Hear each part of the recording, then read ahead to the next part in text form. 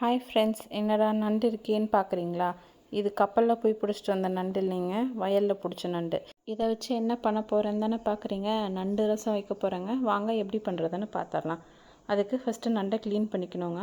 ஒரு பாத்திரம் எடுத்து நண்டெல்லாம் போட்டு ஒரு ஸ்பூன் மஞ்சத்தூள், ஒரு ஸ்பூன் உப்பு ரெண்டையும் சேர்த்து ஒரு அரை மணி நேரம் பக்கம் ஊற வச்சிடலாம். அது நல்லா ஊறி வரும்போது அழுக்கெல்லாம் தனியாக பிரிஞ்சு வந்துடுங்க.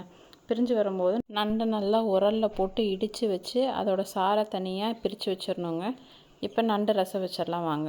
அதுக்கு தேவையான பொருட்கள்: பூண்டு இடித்து வச்சுருக்கோம், சீரகம் மிளகு நுணுக்கி வச்சுருக்கோம், புளி தண்ணி கரைச்சி வச்சுருக்கோம், கருவேப்பிலை, வரமிளகா, பச்சை மிளகா எடுத்து வச்சுருக்கோம், தக்காளி அரைச்சி வச்சுருக்கோம், சின்ன வெங்காயம் இடித்து வச்சுருக்கோம். இந்த நண்டு இடித்து வச்ச சாரையும் எடுத்துக்கலாம். இவ்வளோதாங்க இதுக்கு வேணுங்கிற பொருள். வாங்க இப்போ ரசத்தை தாளித்து விட்டுடலாம். ஒரு பாத்திரத்தை அடுப்பில் வச்சுக்கலாம்.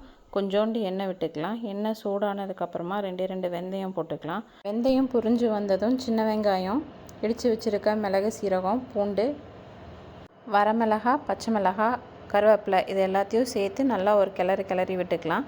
அரைச்சி வச்சுருக்க தக்காளி பேஸ்ட் எடுத்து இப்போ அது கூட சேர்த்துக்கலாம். நல்லா சேர்ந்து நல்லா ஒரு கொதி வரும்.